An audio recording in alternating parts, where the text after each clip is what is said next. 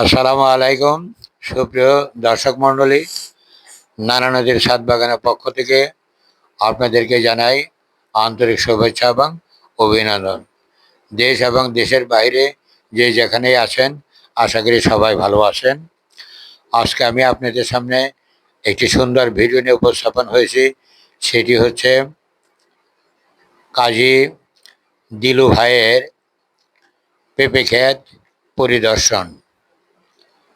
তবে কাজী দিলু ভাই আমাদের সাথে যোগাযোগ করেছে ঠিকই, কিন্তু উনি বিশেষ কারণবশত আমাদের সামনে উপস্থিত হতে পারে নাই বলে উনি আন্তরিক দুঃখ প্রকাশ করেছেন।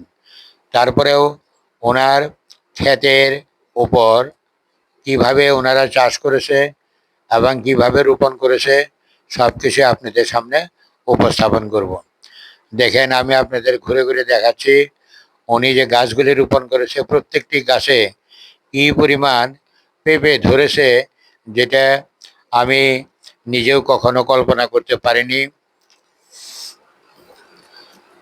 তবে ওনার পেঁপের বাগানে পরিদর্শন করার পর আমার একটি ধারণা হয়ে গেল, যিনি আসলে সত্যিকার অর্থেই একজন আদর্শবান কৃষক।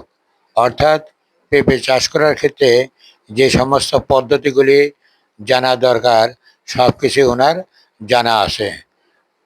কাজে আমি মনে করি উনি একজন আদর্শ কৃষক। শুধু যে পেঁপে চাষ করেন তাই নয়, পেঁপের পাশাপাশি দেখা গেল ওনার পাশে আপনার ডাঁটা শাক রয়েছে, পুঁই শাক রয়েছে, পালং শাক রয়েছে এবং লাল শাকও রয়েছে।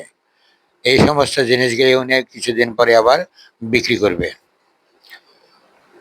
আসলে সত্যিকার অর্থেই ওনার এই পেঁপের বাগান দেখে আমি নিজেও খুব মুগ্ধ